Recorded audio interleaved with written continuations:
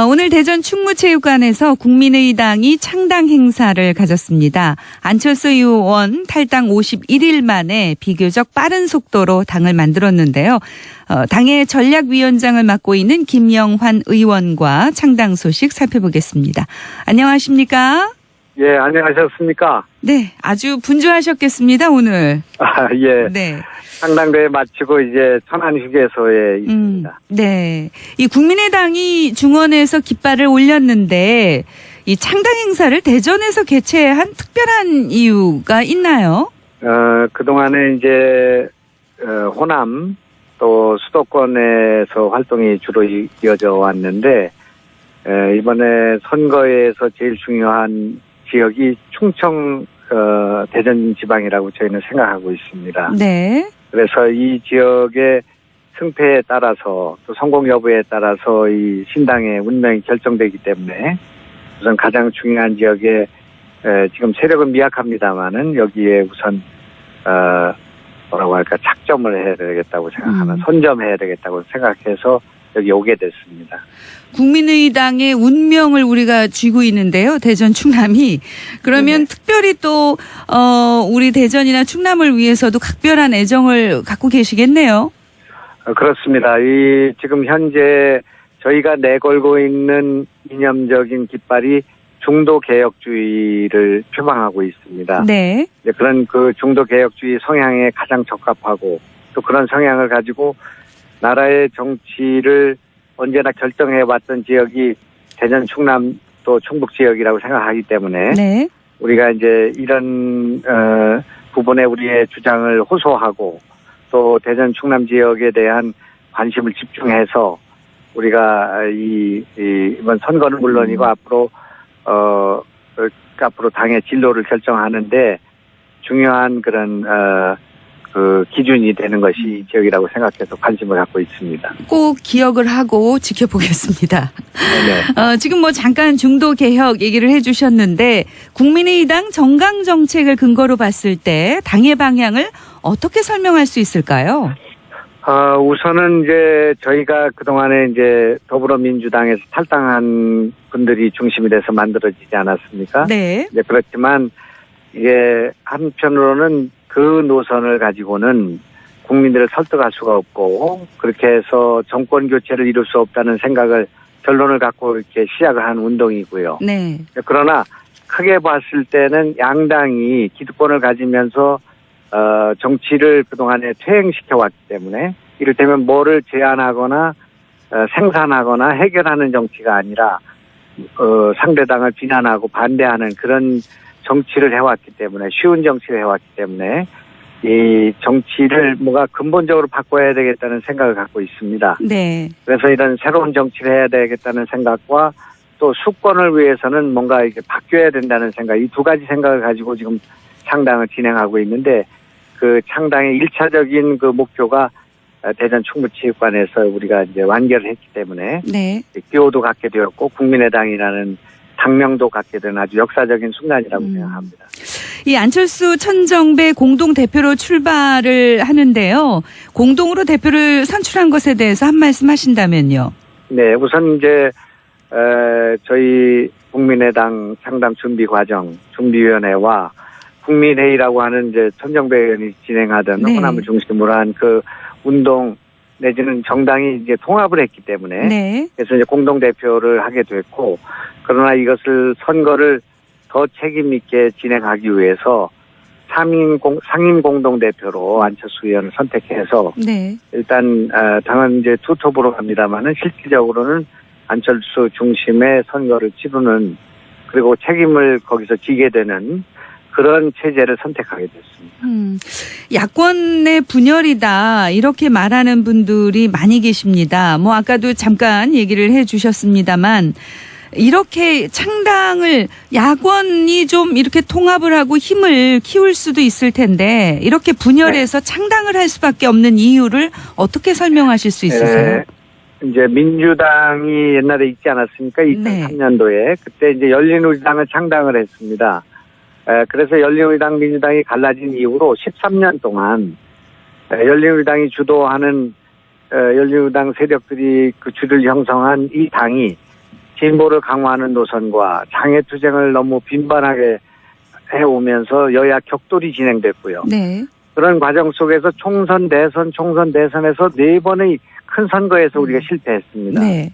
그렇기 때문에 야권 분열을 얘기하기 위해서는 과거의 노선, 그 야권이 분열되지 않은 상황에서 선거를 이길 수 있다면, 또 내년 대선을 이길 수 있다면 야권 분열을 해서는 안 된다고 생각합니다. 그런데 이제 지금 상태에서는 더불어민주당을 가지고는 야당은 할 수 있지만 정권은 교체할 수 없다는 결론을 갖게 되었고요.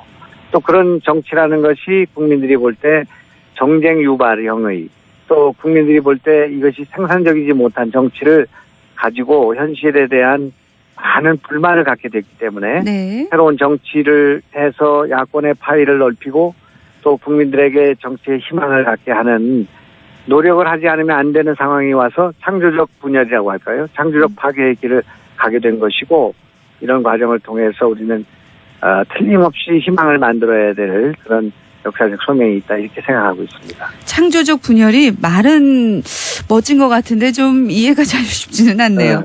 그렇습니다. 네 번의 선거에 모두 졌다 야당이 이 말씀을 해주셨는데 실패를 했다. 네. 말씀을 해주셨는데 그 이유는 뭘까요?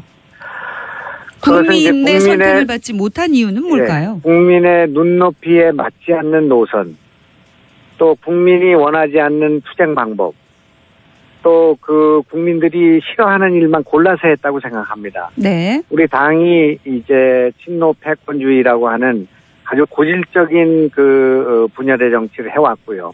그 다음에 그 야당이 낡은 진보의 강경 노선을 고수함으로써 국민들이 볼 때는 국민들이 이해하기 어려운 상식에서 벗어난 합리적이지 않은 그런 투쟁 방법과 노선을 갖게 됨으로써 국민들이 야당의 지지를 철회하는 그런 결과를 빚게 돼서 여당이 계속 집권하는 그런 일이 벌어졌다고 생각합니다. 이걸 바로잡기 위해서 우리가 이번에 중도개혁주의의 노선, 그리고 합리적이고 온건한, 그리고 대안을 갖는 정책정당, 이런 것을 해봐야 되겠다, 이렇게 생각해서 노력하고 있기 때문에 네. 이제 이런 야권의 선택의 과정을 거쳐서 국민들이 이제 여러 가지 선택의 가능성이 다양하게 넓혀지지 않겠습니까? 이제 그렇게 되면서 내년 대선에는 어떤 형태로든 이 양당이 갖고 있는 세력들을 힘을 합쳐서 정권을 교체해야 된다고 생각합니다. 뭐 제3야당, 제3당의 필요성에 대해서도 많이 얘기를 하시던데 국민의당에서. 자, 그렇다 그러면 4월 총선 전략에서 더불어민주당과의 어떤 차별성 가지는 게 현실적으로 필요하지 않을까 싶습니다. 이번 총선의 핵심적인 내용은 수권을 할 수 있는 야당이 어디인가 네. 라는 것을 놓고 야권 전통 지지층들 속에서 이것을 결정하게 되리라고 생각합니다. 지금 그 더불어민주당의 노선을 가지고 집권할 수 있는가, 아니면 지금 국민의당이 표방하고 있는 노선과 정강 정책을 가지고 집권할 수 있겠는가. 이 문제가 4.13 총선에서 아마 핵심적인 내용으로 부상하게 될 것이고요. 그것은 이제 야권 지지층 내에서 그런 결론이 나게 될 거라고 생각합니다. 그러나 여야를 통틀어서 우리 국민 모두가 정치가 달라져야 되는가, 아니면 기존의 정치를 답습해야 되는가 하는 그 문제를 가지고 또 선택을 할 수가 있기 때문에, 이런 면에서 국민의당이 충분히 우리만 잘한다면 충분히 운신할 수 있는 그런 공간이 있다고 생각하고, 제3당이라는 것이 세 번째 정당을 말하는 것이 아니라 새로운 정당, 뉴 파티를 말하는 것입니다. 기존의 정당 1당과 그 야당, 지금 현재 있는 두 당의 기득권 체제를 혁파하는 제3의 정당, 뉴 파티를 말하는 것이지, 이것이 세 번째로 작은 무슨 교섭단체를 갖는 서드 파티 내지는 뭐 그 넘버 3를 만드는 그런 일은 아니기 때문에 네. 이것이 좀 오해가 없었으면 좋겠습니다. 알겠습니다. 저희는 제1야당을 이번 총선에서 목표로 하고 있고요. 네. 그리고 내년 선거에서 집권해야 되는 것을 저희 목표로 하고 있습니다. 부지런히 달려가셔야 될 텐데요. 네네. 이제 국민의당에서는 사실 원내교섭단체 구성을 위해서 많이 노력을 하고 계실 텐데 지금 현재 17석이죠? 네네, 그렇습니다. 예. 어떻게 가능하시다고 보세요? 탈당한 의원은 지금 19석이고요. 네. 박지원 의원, 최재천 의원이 우리 당에 들어오지는 않았습니다만은 탈당해 있지 않습니까? 네. 그래서 19석으로 돼 있고요. 아직 들어오지는 않았잖아요, 두 분은. 그렇습니다. 네. 이제 구정 전에는 네. 원내 교섭단체를 만드는 데는 어려움이 없을 것 같습니다. 지금 그런 예상을 하고 있습니다. 그런데 이것이 이제 국민의 눈높이에서 볼 때 이 무슨 수를 써서든지 원내 교섭단체를 만드는 것이 옳은가? 네. 아니면 국민들이 양해를 할 수 있는 내용인가? 이제 그 여러 가지 조건 때문에 이제 그런 경우가 발생하고 있기 때문에 우리가 여러 가지 신중한 검토와 고민을 하고 있습니다. 네. 할 수 없어서 못하는 건 아니고, 네. 잘하면 할 수 있는 상황인데, 그럴 경우에, 이를테면 박지원 의원 같은 분은 우리 당에서 받아들이는 문제에 대해서 국민들이 어떻게 생각할 것인가. 지금 이제, 재판을 받고 계시기 때문에요. 네. 이제 그러나, 우리는 원내교섭단체가 절실하게 필요하고, 우리 당으로서는 여러 가지 어려움이 있지만 이것이 국민들이 양해할 수 있는 내용이라고 한다면, 원내교섭단체에 삽입할 수 있는 거 아니겠습니까? 이제 그런 문제가 고민이 되기 때문에 그런 것이지, 원내교섭단체가 불가능한 상태는 아니다. 그렇게 말씀드릴 수 있습니다. 무슨 보니까 또 설문조사의 그 여론조사에서 보니까 이 국민의당의 그 지지율이 막 올라갔다가 요즘에는 또 계속 내려오는 추세더라고요. 예. 우선 우리가 지금 더불어민주당하고 또 새누리당하고 이렇게 경쟁을 하다 보니까 우리는 지금 한 6주 정도, 안철수 의원의 탈당부터 6주밖에는 되지 않은, 한 달 반밖에는 되지 않았습니다. 네. 상근자가 9명밖에 없고요. 그리고 지금 현재 체계나 여러 가지 역량이나 여러 가지 준비가 부족하지 않겠습니까?